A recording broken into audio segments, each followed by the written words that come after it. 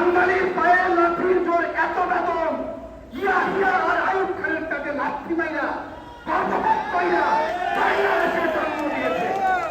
আমাদের পায়ের লাঠির জোর ওই পাকিস্তানিরা বুঝে গিয়েছিল। ডক্টর ইউনূস আজকে আমাদের ভোটাধিকার নিয়ে নাটক করছে। এই বাঙালির শক্তিমত্তা সম্পর্কে আপনার কোনো ধারণা নাই। ধারণা থাকলে এইভাবে আপনার অনেক ক্ষমতা, এইটা আবিষ্কার করতে পারতেন না। আপনার ক্ষমতা হলো অটোরিকশা ভেঙে ফেলা, গরিবকে। আপনার ক্ষমতা হলো হকারদের উচ্ছেদ করা।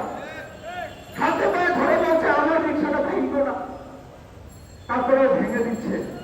হাতে পায়ে ধরে বলছে আমার এই দেখুন ফ্যানটা ভাঙবো না, ভেঙে দিচ্ছে। আর একটাল টোকাইকে সারা বাংলাদেশে জেলা প্রশাসক, উপজেলা প্রশাসক, সচিবালয়ে ঢুকাই দিছে, যারা মাস্তানি করে, রাত 12টায় মব সৃষ্টি করে, চাঁদাবাজি করে। 90 ডাকাতের আবির্ভাব হয়েছে।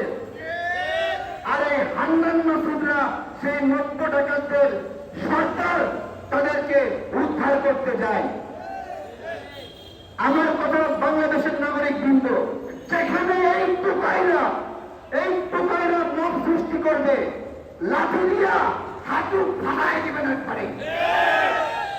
একবার টেঙ্গি ভাঙায় দিবেন, নলিক খুইলা পকেট ধরাই দিবেন। বাংলাদেশে আর এই মবতন্ত্র হতে দেওয়া যাবে না। এই মবতন্ত্রের কবর দিতে হবে।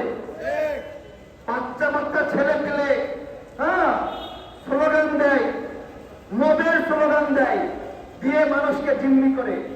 এখন মানুষ ছোট ছোট বাচ্চা ছেলে কিছু বলতেও পারে না। আচ্ছা, বাচ্চা ছেলে শখ করে করছে, করুক না, শখ করে করছে, করুক না। এই হান্নান মাসুদরা একটা ব্যাংকের এমডিকে পদত্যাগ করানোর জন্য সেখানে পাঠায়, আর ফোন দিয়ে নেগোসিয়েট করে যে পদে থাকতে কত টাকা লাগবে।